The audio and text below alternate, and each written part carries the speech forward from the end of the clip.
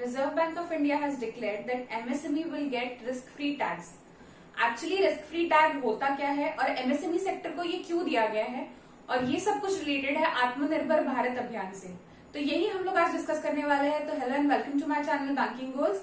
मैं हूं दिव्या और आज हमारा पॉइंट ऑफ डिस्कशन है रिस्क फ्री टैग। उसके लिए हमको सबसे पहले समझने की जरूरत है कि आत्मनिर्भर भारत अभियान में एमएसएमई सेक्टर पे इतना ज्यादा जो इम्पोर्टेंस है वो क्यों दिया गया है। जब आत्मनिर्भर भारत अभियान का फर्स्ट फेज डिक्लेयर हुआ था, फाइनेंस मिनिस्ट्री ने जब अनाउंस किया था, तब इसमें टोटल 20 लाख करोड़ का अनाउंसमेंट किया गया पूरे अभियान के लिए। ओके, पूरे स्कीम के लिए 20 लाख करोड़ का अनाउंसमेंट किया गया। उसमें से पहले फेज में जो डिक्लेरेशन हुआ है उसमें 3 लाख करोड़ जो है वो पर्टिकुलरली एमएसएमई सेक्टर को देने का डिसीजन लिया गया। ठीक है, एमएसएमई सेक्टर मतलब micro small and medium enterprise. इसके डिटेल डेफिनेशन के लिए और रिवाइज डेफिनेशन के लिए आप डिस्क्रिप्शन बॉक्स में एक वीडियो की लिंक है जिसमें एमएसएमई का डेफिनेशन प्रॉपर्ली दिया गया है। तो एमएसएमई जो सेक्टर है उसको 3 लाख करोड़ का अलोकेशन किया गया। तो जब ये 3 लाख करोड़ का अलोकेशन किया गया, इसमें जो पूरा ये जो अमाउंट है 3 लाख करोड़ का, ये लोन्स के तौर पे शेड्यूल्ड कमर्शियल बैंक्स के थ्रू एमएसएमई सेक्टर्स को दिया जाएगा। एमएसएमई मतलब micro small and medium enterprises को दिया जाएगा। तो 20 लाख करोड़ में से 3 लाख करोड़ जो है वो एमएसएमई सेक्टर को दिया गया और वो लोन्स के तौर पे दिया जाएगा शेड्यूल्ड कमर्शियल बैंक्स के पास। मतलब when the economy was in a position of slow down, मतलब in today's date economy is facing a slow down just because of pandemic. तो पैंडेमिक की वजह से सारे इंडस्ट्रीज बंद है। Okay, the industries are shut down, there is no scope of income. तो क्या हो रहा है कि due to the risk of default, ठीक है, अगर ऐसे सिचुएशन में कमर्शियल बैंक ने एमएसएमई को लोन दिया, नॉर्मल सिचुएशन में, जब ये डिक्लेयर नहीं हुआ तब, जब नॉर्मल सिचुएशन में शेड्यूल्ड कमर्शियल बैंक्स ने अगर एमएसएमई सेक्टर में लोन डिस्ट्रीब्यूट किया तो there are much more chances of risk of default. मतलब डिफॉल्ट होने के चांसेस बहुत ज्यादा है, एनपीए बढ़ने के चांसेस बहुत ज्यादा है। एनपीए मतलब नॉन परफॉर्मिंग एसेट। तो कोई भी लोन एनपीए होने के चांसेस बहुत ज्यादा है, इसीलिए scheduled commercial banks were reluctant to provide the loans to the MSME sector। मतलब MSME सेक्टर को लोन देने के लिए they were hesitating, वो मना कर रहे थे। इसीलिए जो MSME सेक्टर है it was facing crisis। इसीलिए अंडर आत्मनिर्भर भारत अभियान the finance ministry announced to allocate 3 lakh crore in the form of loans to MSME sector through scheduled commercial banks। मतलब ये जो टोटल अमाउंट है वो शेड्यूल्ड कमर्शियल बैंक्स के थ्रू एमएसएमई को दिया जाएगा। पर ये एक्चुअली दिया जाएगा, बट अल्टीमेटली अगर दिया गया तो भी there are chances of default. ठीक है, there are chances of default. तो उसे कैसे बैकअप करेंगे ये हम देखने वाले हैं अभी। Full guarantee and partial guarantee. Full guarantee मतलब क्या होता है? फुल गारंटी होता है 100% guarantee, 100% guarantee, and partial guarantee मतलब होता है 50% गारंटी।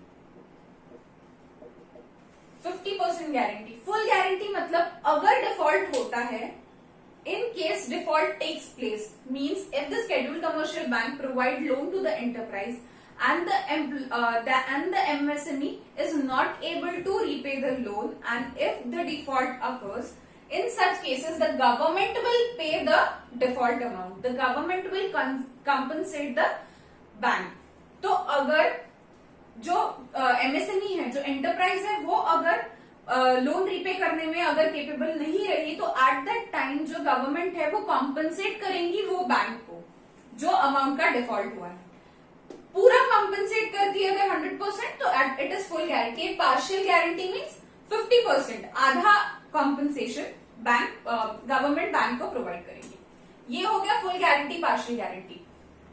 पर ये रिस्क फ्री टैग क्या है, हम डिस्कस करने वाले हैं कि रिस्क फ्री टैग क्या है। तो जब पता चला, we will connect this with Basel 3 norm. तो according to the Basel 3 norm 9% of the total capital is to be kept as risk weighted asset. ठीक है, तो यूजुअल कोर्स में बैंक को सीआरआर जो मेंटेन करना रहता है दैट इज 20% सीआरआर। ठीक है, capital to risk weighted asset ratio तो 20% करना रहता है।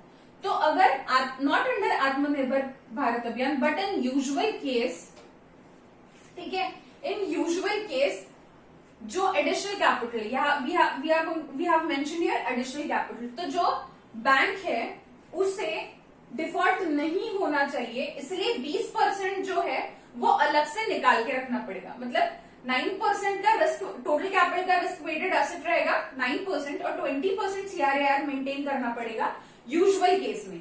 तो यूजुअल केस में 20% अगर मेंटेन करना है तो ये 20% ये एडिशनल कैपिटल रहेगा। मतलब रिस्क से बचने के लिए जो कैपिटल अलग से निकालना पड़ता है वो 20% निकालना पड़ेगा। और वो उसको गारंटी कौन करेगा? तो उसको गारंटी करेगा national credit guarantee trustee company. तो इसके पास ये 20% अलग से निकालना पड़ेगा। सो इन केस अगर डिफॉल्ट होता है तो this will provide them the guarantee of the loan. तो 20% की लोन गारंटी एनसीजीटीसी की हो जाएगी। तो जीरो रिस्क का असाइन करना मतलब क्या हो गया? इन द केस ऑफ आत्मनिर्भर भारत अभियान गवर्नमेंट ने बोला है, बैंक्स हैज रिक्वेस्टेड कि बैंक्स ने बोला कि 20% अलग निकालना है, तो उनका जो एडिशनल कैपिटल उनको निकालने रखने का जो अमाउंट है वो ज्यादा हो जाएगा, because chances of default is more. क्योंकि डिफॉल्ट जितने cases, for example 5 out of 10 cases, 1 out of 10 case usually makes default, but in this case chances तो बहुत ज्यादा बढ़ जाएंगे डिफॉल्ट के। ठीक है, हो सकता है 8 आउट ऑफ 10 हो जाए। ठीक है, तो ये जो 20% है वो निकालने की तो बहुत ज्यादा जरूरत है। तो इट अप्रोच द गवर्नमेंट कि it is not possible for the banks to maintain 20% additional capital for every loan. So the government approach Reserve Bank of India and it ask it to entitle it with risk free tag. मतलब कि ये 20% उनको maintain ना करना पड़े और ये 20% जो है एडिशनल कैपिटल वो आत्मनिर्भर भारत अभियान के अंडर वो बैंक्स को नहीं मेंटेन करना पड़ेगा and government will provide the guarantee instead of it. ठीक है, तो गवर्नमेंट किसके अंडर गारंटी देंगी? Credit guarantee in terms of emergency credit line, guaranteed emergency credit line. इसके तहत गवर्नमेंट जो है वो रिस्क पूरा खुद पे ले लेगी। तो ये जो गारंटीड इमरजेंसी क्रेडिट लाइन है ये किसके हेल्प से प्रोवाइड करेंगी? तो central credit guarantee trust company.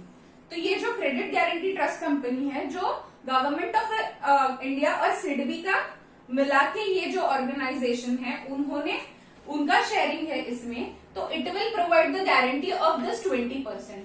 तो ये जो रिस्क है बैंक के लिए वो रिस्क फ्री बन जाएगी और 0% हो जाएगी। ठीक है, तो बेसिल 3 नॉर्म्स का कंप्लायंस करने के लिए बैंक को ये 20% नहीं रखना पड़ेगा, एडिशनल कैपिटल सेट असाइड नहीं करना पड़ेगा और आत्मनिर्भर भारत अभियान के अंडर वो 0% हो जाएगा। तो जो रिस्क वेटेड एसेट 9% ऑफ 20% जो रखना पड़ता था वो अभी नहीं रखना पड़ रहा है, इसीलिए एमएसएमई सेक्टर को रिस्क फ्री टैग दिया जा रहा है। नेक्स्ट इज जो टोटल कॉर्पस है वो है 41,600 करोड़, जो गवर्नमेंट एक्सपेक्ट कर रही है डिफॉल्ट हो सकता है और गवर्नमेंट को कंपनसेट करना पड़े, क्योंकि जो टोटल 3 लाख करोड़ का जो लोन्स बैंक के थ्रू, स्केड्यूल्ड कमर्शियल बैंक के थ्रू एमएसएमई सेक्टर को देने वाले हैं, उसमें से जो गवर्नमेंट है it is only expecting 15% factored है, मतलब 15% is factored to become NPA. मतलब सिर्फ 15% एनपीए होने के चांसेस है, जिसके लिए 41,600 करोड़ का एलोकेशन ऑलरेडी कर दिया गया। मतलब टोटल जो लोन है 3 लाख करोड़, उसमें से 15% एनपी होने के चांसेस है सिर्फ, ऐसा गवर्नमेंट का मानना है, जिसके लिए उन्होंने ऑलरेडी 41,600 करोड़ का एलोकेशन कर दिया है। Last is rate of interest. कौन से रेट ऑफ इंटरेस्ट पे आत्मनिर्भर भारत अभियान के under scheduled commercial bank MSME sector को लोन देंगी? दो है। सबसे पहली चीज तो जो एनबीएफसीज है वो देंगे 14% पे, और जो शेड्यूल्ड कमर्शियल बैंक्स है वो देंगी 9.25% पे। मतलब रेट ऑफ इंटरेस्ट आत्मनिर्भर भारत अभियान के अंडर ये रहेगा एमएसएमई सेक्टर को 9.25% रहेगा, शेड्यूल्ड कमर्शियल बैंक्स का, एनबीएफसीज का रहेगा 14%। तो ये एक बहुत इंपॉर्टेंट पॉइंट है। इसीलिए ये बेसल 3 नॉर्म के कंप्लायंस के लिए जो रिस्क वेटेड एसेट का परसेंटेज जो मेंटेन करना पड़ता था वो मेंटेन अभी बैंक्स को नहीं करना पड़ेगा आत्मनिर्भर भारत अभियान के तहत। और साथ ही में जो गारंटी है डिफॉल्ट की, उसका कंपनसेशन बैंक को गवर्नमेंट प्रोवाइड करेंगी in terms of full guarantee and partial guarantee.